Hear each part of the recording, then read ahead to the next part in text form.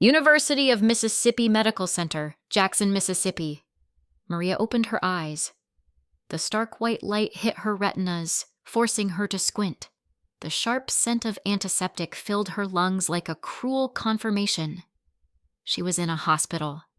She couldn't remember what had happened, only faint fragments remained, the sound of Bible verses echoing from the pulpit, a searing pain tearing through the back of her forehead, and her hands flailing in the air before everything plunged into darkness. Now, the only thing she could feel clearly was the persistent headache and the cold mechanical rhythm of the heart monitor, ticking steadily like knocks on the door of fate. A nurse saw her stir and quickly stepped in. "Ms. Maria, you're awake. Please don't try to sit up. The doctor will be here shortly." Maria whispered, "What happened to me?" No one answered right away. A few minutes later, the door swung open. A young man with sharp but gentle eyes walked in. Dr. Patel, neuro-oncology specialist. Holding a medical chart, he drew a deep breath and stepped to the bedside. "Miss Maria," he said, taking a seat and resting his hand lightly on the bed rail. "I'm going to be very straightforward. The MRI results show a mass in your brain, in the right frontal lobe. I'm very sorry. It's malignant." In that moment, the once familiar words, malignant, brain tumor, MRI, frontal lobe, became so foreign they felt suffocating. Maria stared wide-eyed at the doctor as if he were speaking another language. Her mouth opened, but no sound came out. "You experienced a loss of consciousness and severe headaches. We're afraid that, without timely treatment, your remaining time may only be a matter of months." A soft knock against her heart. Then another, harder, more painful. "Does my husband know yet?" Maria asked quietly, eyes closing as if bracing herself for the answer. "We've reached out, but it seems he hasn't arrived." Maria turned her face to the wall, eyes fixed on the white curtain swaying slightly from the air conditioning. She pulled her phone from the bedside drawer, her hand trembling as she tapped into her messages. "I'm in the hospital. I need you." The message sent. Less than a minute later, her phone buzzed. "You okay?" "I'm in a pitch meeting. Call you later?" "Call you later." Maria let out a soft laugh, silent, bitter, hollow. She let the phone fall onto her chest, eyes wide open, staring at the stark white ceiling. Something inside her had shattered, but she didn't even have the strength to cry. The door burst open again. "Mom, where are you?" A frantic voice echoed from the hallway, and a teenage girl in a school uniform rushed in, her hair tousled, her face flushed from running. Emily. Maria turned her head just in time to see her daughter throw herself toward the bed. "Mom, what happened? Why are you here?" Emily clutched her mother's hand, eyes wide, panicked. "I'm just a little tired." "It's nothing," Maria said, trying to smile as her weak hand gently brushed her daughter's cheek. "Don't cry. Auntie said you collapsed at church. Why didn't you call me? I thought you just had a cold." Emily couldn't finish. She lowered her head, burying her face in her mother's hand, partly out of fear, partly out of shame. How long had it been since she really looked at her mother? Since she asked how she was doing? How many times had she snapped, rolled her eyes, slammed the door, just because her mom reminded her about schoolwork or told her not to stay out too late? "I'm okay," Maria whispered. But her heart wasn't okay. It trembled with love and a deep, aching chill. 3 hours later, Maria still lay quietly. Emily had fallen asleep on the folding chair beside the bed. In the hallway, the hospital intercom announced the end of visiting hours. Andrew still hadn't arrived. Maria looked toward the doorway once again, empty. He's not coming, she thought. She knew her husband. Andrew was a busy man, responsible, successful. But he didn't know how to love. Or more precisely, he didn't know how to be present.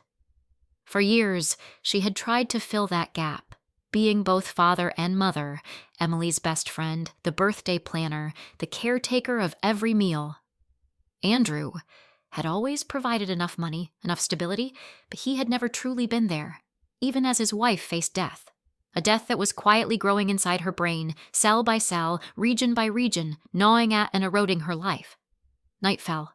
Maria couldn't sleep. Emily had gone home with her aunt to get clothes and rest. In the room, only the sound of the ventilator remained and the dim green glow of the vitals monitor. She took a small notebook from her bag, soft cover, thin, with a few scattered pages already filled. On the first page she wrote, "Dear Andrew, if one day I no longer have the chance to say this aloud, I hope you'll read these lines. I don't blame you for not coming today. I'm just sad because I once believed that when I needed you most, you'd be there. But maybe I was dreaming too much." On the second page she wrote, "Dear Emily, I'm sorry if I was too strict, if I didn't understand you, if I made you feel suffocated. But it's only because I love you. Every morning, I wake up early, make coffee, and think about everything you're facing at 17. You don't know how proud I am when I see you from afar, strong, and yet so beautifully fragile. You are the most precious gift I've ever had." She stopped writing. Tears had fallen onto the paper.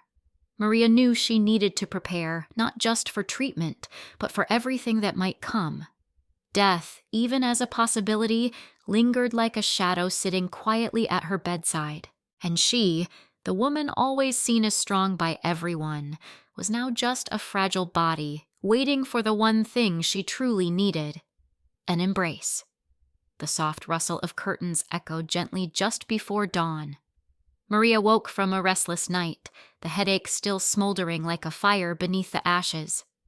On the bedside table was a clump of fallen hair, thick, silky strands she had once been proud of. Chemotherapy had started 2 weeks ago. She sat up slowly, reaching for the green silk scarf neatly folded in the drawer. Wrapping it around her head felt clumsy now, not because she didn't know how, but because she was holding back something deeper than physical pain. Maria sat still, unmoving. Beneath the scarf, her scalp itched as the chemo took hold. But what stung more wasn't on the surface of her skin, it was the distance.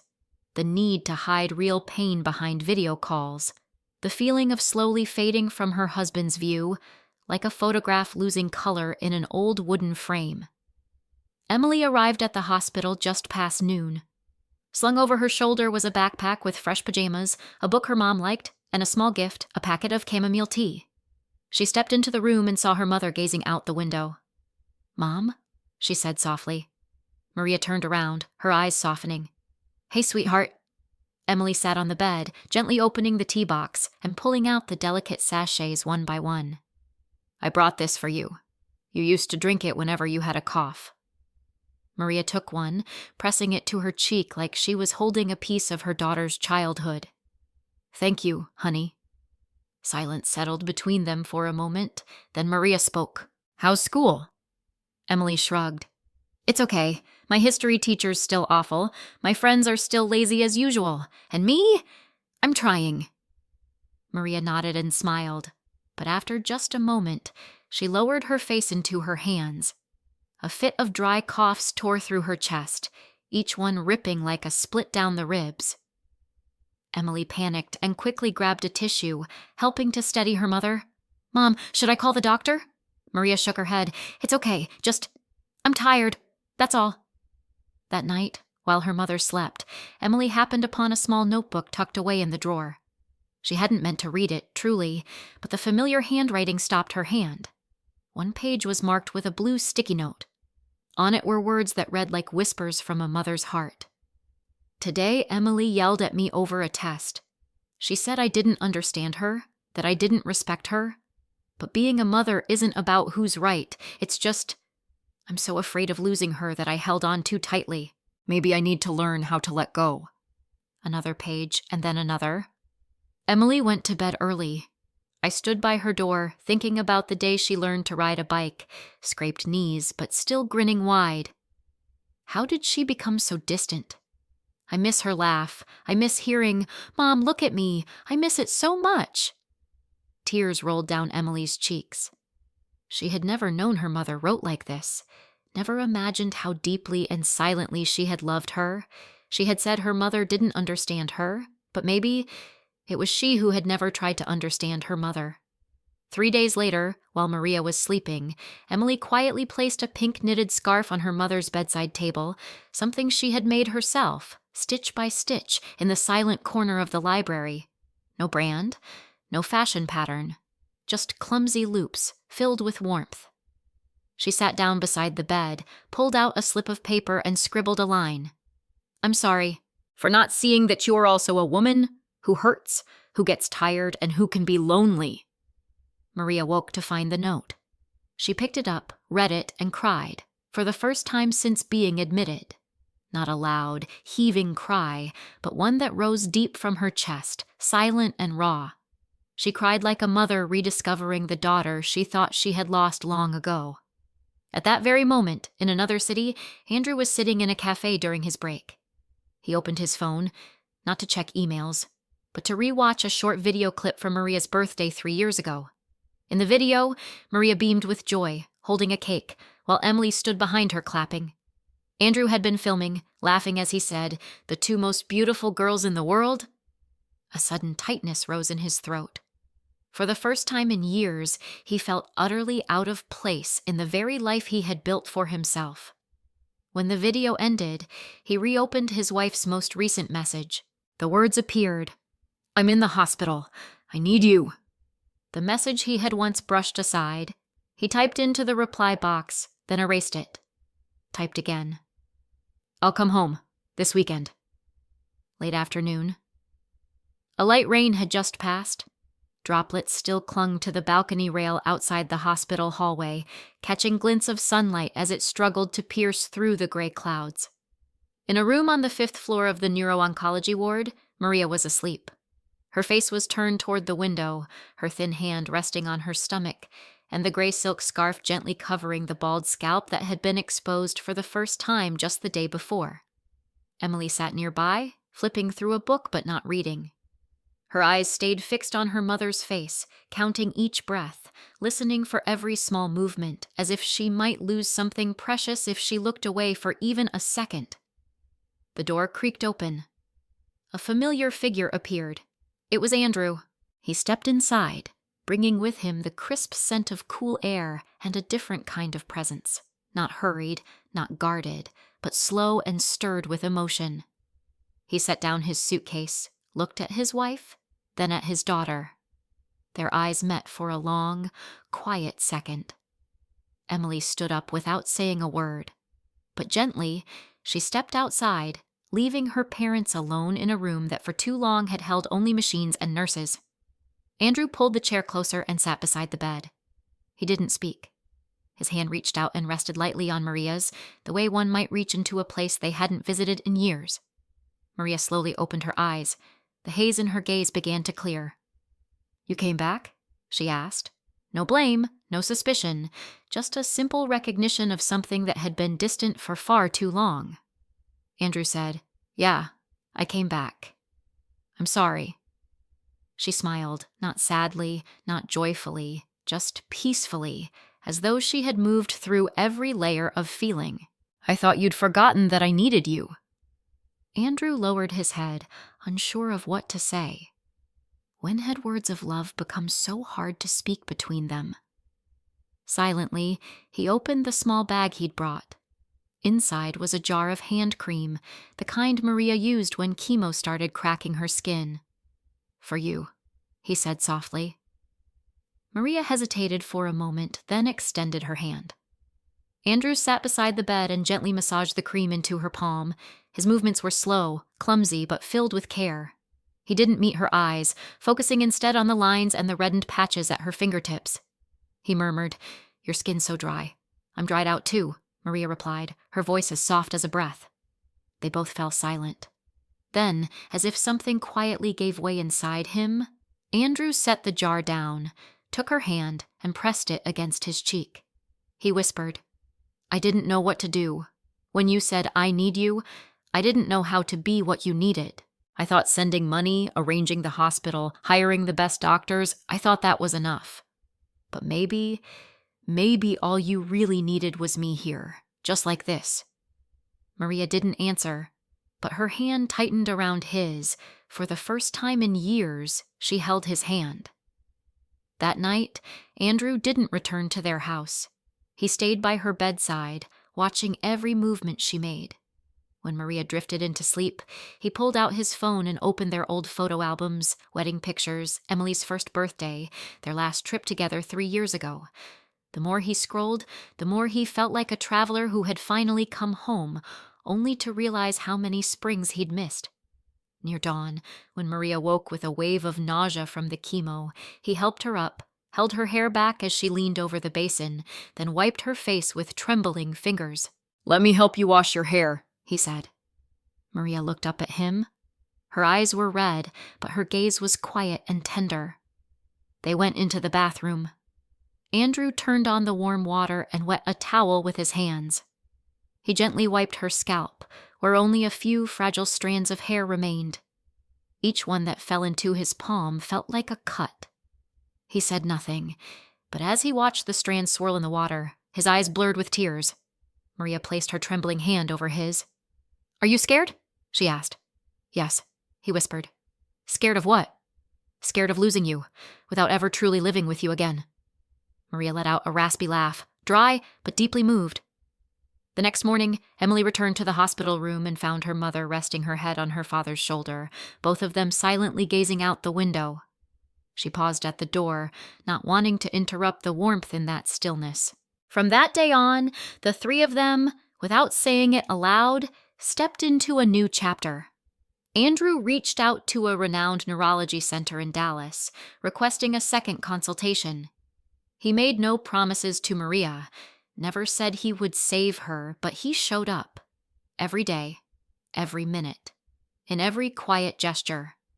Emily, too, gave all her time after school to the hospital. She brought her textbooks, studied by her mother's bedside. She began attending Sunday service again, not out of obligation, but because she needed somewhere to breathe, to pray. Every evening, she stepped into her mother's room, arranged the clothes, watered the plants, folded the blankets, her silent way of saying, "I'm still here." Each of the three carried their own fractures, but they had begun stitching themselves back together, with threads of time, presence, and real love. Maria, once the pillar of the family, was now the weakest, and yet it was through that very fragility that she had drawn her husband and daughter back to her, and more than that, back to each other. Saturday morning began like any other.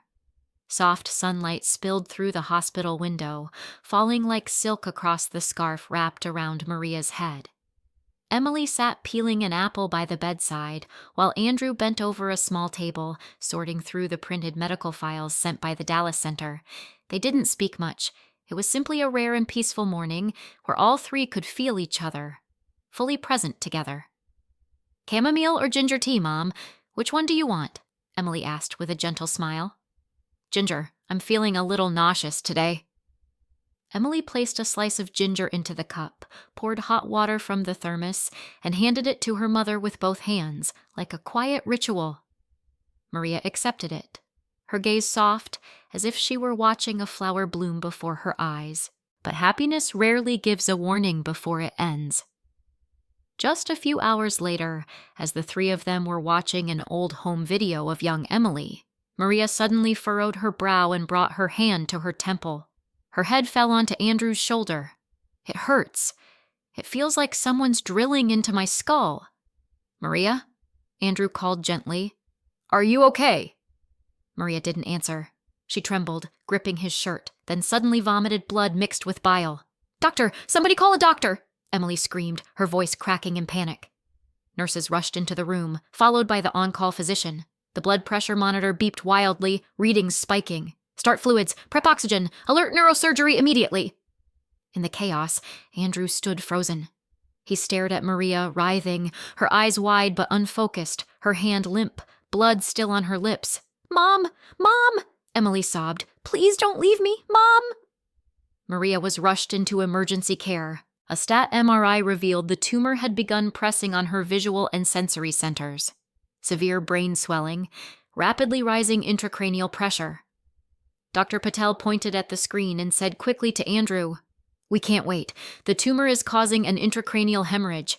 If we don't operate now, she'll fall into a coma and won't wake up." Andrew nodded. "Do whatever it takes. No matter the cost, just save her." Dr. Patel paused, looking at him. We'll do everything we can, but this is a high-risk surgery. There may be loss of speech, vision, or memory. We'll need a consent signature." Andrew's hands trembled as he took the pen. He had never imagined signing a document that could decide someone's future, let alone his wife's. Emily stood beside him, tears streaming down her face. Can I see her before the surgery?" she asked. The doctor nodded. "Just for a minute. She's drowsy, but she can still hear." In the stark white room, Maria lay still. Her head had been prepped, most of her hair shaved, IV lines and monitors crowding her thin arms. Emily sat down and placed her hand on her mother's. Her small fingers clutched the hand that had once held her as a child. "Mom," she whispered, "please don't leave me. I'm sorry for everything I said, for everything I did. I haven't told you everything yet. I want you to see me graduate. I want you to see me in a wedding dress, Mom." A tear dropped onto Maria's hand, and then her lips moved, just barely. Emily broke down in tears. "I love you, Mom. I'll pray for you. I promise I'll study hard. I won't argue with Dad anymore. Just, please wake up." The doctor stepped in, giving a gentle wave. Emily stood, leaned down, and kissed her mother's forehead, a long, lingering kiss. "We're ready," the doctor said. The operating room doors closed. Andrew and Emily sat on the long bench outside for the next 8 hours. Neither said much. Andrew poured water from time to time. Emily quietly murmured prayers. At one point, she rested her head on her father's shoulder. For the first time in years, there was no distance between them, only shared pain. "Dad," she whispered in the middle of a long stretch of silence. "Yeah?" "If Mom doesn't wake up, I don't know how to go on." Andrew gently stroked her hair and pulled her into his arms. "She will, because your mother is the strongest person I've ever known." Emily nodded, but the tears kept falling. When the doctor finally emerged, both of them jumped to their feet. "The surgery was successful, at least for now. We were able to remove nearly the entire tumor. However, the patient hasn't regained consciousness. We'll need to monitor her for at least 72 hours. She may fall into a coma. There might be temporary memory loss. But for now, her life is no longer in immediate danger." Emily clung to Andrew, sobbing like a child. Andrew buried his face in her hair, and for the first time, he wept too. Day 1 after the surgery, Maria still hadn't woken up. Her eyes remained shut, the ventilator pulsing steadily. Andrew sat beside her, reading aloud from a book she used to love. Between passages, he paused to share little memories of the two of them, as if trying to awaken her mind through the sound of shared moments. Day 2, Emily brought a small succulent and placed it on the windowsill. "You once said cactus and succulents are strong, because they survive even in the desert. I believe you're like that too, Mom." Day 3, Maria showed a slight reflex. Her fingertips moved. Emily's heart nearly burst. She rushed to call the nurse, and the doctors came in to check. Everyone waited. That afternoon, Maria opened her eyes. The light was dim, the sounds unfamiliar. Everything blurred like a dream. The first person she saw was Andrew. "You," she whispered, her voice like a breath. Andrew leaned in, holding her tightly. "I'm here. My Maria is back." His tears fell onto her forehead. Then she saw Emily, her small face glowing through tears. "Mom," Emily choked out, "you're really awake." Maria looked at her daughter for a long time, as if trying to memorize every detail of that face, this moment. "My daughter," she said, pouring every last drop of strength into her words. "Beautiful and strong, just like I always hoped." Emily laid her head on the bed, clutching her mother's hand tightly. Andrew stood behind them, eyes red. He didn't need to say anything, because in that moment, the three of them were no longer separate pieces. They were a real family, a family that had walked through the crucible of pain and now stood together in the light of life. 2 months after the surgery, Maria was able to take her first steps, slow, trembling, but full of determination. Every step was a small triumph over death, the result of hundreds of hours of physical therapy, thousands of quiet tears shed by her husband and daughter, and a strength that no one could see with the naked eye. The first morning after leaving the hospital, the air was crisp and cool. Emily carefully draped a shawl over her mother's shoulders while Andrew pushed the wheelchair toward the car. None of them said much. They didn't need to. Just the fact that all three were together, moving forward on the same road, was enough to make everything feel complete. That evening, in their familiar home, Maria stepped back into the kitchen, the place where she had once stood every morning making coffee, once filled with laughter and small arguments. But this time, everything was quiet, not with coldness, but with reverence. She placed her hand on the table and closed her eyes. She smiled. A little dusty, like it's been covered in silence by time itself. Andrew stepped forward, holding a rolled-up printout on A3 paper. I want to show you something, he said. Maria opened it. It was an interior design plan for a house. Not luxurious, not extravagant, but warm and filled with light. Is this? She asked. Our home, Andrew replied, eyes meeting hers. I've taken 6 months off. No meetings, no pitch decks, no expansion plans. Maria looked surprised. Andrew took her hand. I don't want this house to just be the place where we sleep and pass the days. I want it to be where we live, truly live. I want to redesign every corner with you, choose every color, every drawer. Maria let out a soft laugh, then her eyes welled with tears. Are you trying to redraw our marriage? No, Andrew said. I want to live it again, every single day. The following week, Emily was bustling around the kitchen. She wore an apron, a smudge of flour on her cheek. You like cinnamon apple pie, right? It's been a while since you remembered that, Maria teased. I learned how to make it yesterday. The video was 2 hours long. I even tried the caramel sauce, the way you used to make it. Andrew stood nearby, smiling. This girl really puts her whole heart into it. Emily looked up. There's one more thing. She pulled out a sheet of paper, her upcoming graduation speech. The school picked me to represent the class. I was thinking of reading this. Can I try it out on you? Maria nodded and sat down on the sofa. Andrew joined her, wrapping an arm gently around her shoulders. Emily took a deep breath, then began to read. This speech is called Learning to Love Someone Again from the Beginning. When we're little, we love instinctively. We love Mom because she hugs us when we cry. We love Dad because he lets us ride on his shoulders. But as we grow up, love requires something more, a choice. I used to think I understood everything, that I didn't need my mother, didn't need reminders, didn't need her worry. But then when she was lying in a hospital bed, when death stood just outside the door, I realized I had never truly understood her. I never saw her loneliness when I slammed my bedroom door. I never understood her eyes when Dad was away on yet another trip. I never imagined there'd come a day when all I'd want was to hear her say, "Come eat dinner, sweetheart." Mom came back to life, not just through surgery, but through a love that never gave up. She taught me that love doesn't need to be grand. It just needs a hand that's always there, waiting for you to come back. Today I stand here because I've learned how to love my mother again, from the beginning, bit by bit. And I'll never stop learning how to love her. Maria couldn't hold back her tears. Andrew gently squeezed her shoulder, his eyes shining with unspoken emotion. Emily smiled. Was that okay, Mom? Maria only nodded, unable to say a single word. Late autumn.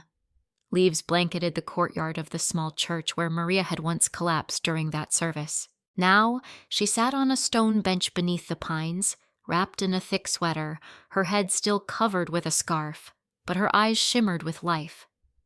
On her left sat Emily, in a long wool coat, her hair neatly tied back, her hand gently woven into her mother's. On her right was Andrew, silent, yet holding Maria's hand in both of his, as if he never wanted to let her go again. Sunlight filtered through the thinning canopy above, scattering golden flecks across their shoulders. No one spoke. There was no need, because between them, love had returned. Not loud, not dramatic, just honest and full. Some storms don't come to break us, but to wash away what's old, what's hardened, what's been forgotten. And when the sky clears, what remains isn't just the same people, but new souls, learning how to love again from the beginning.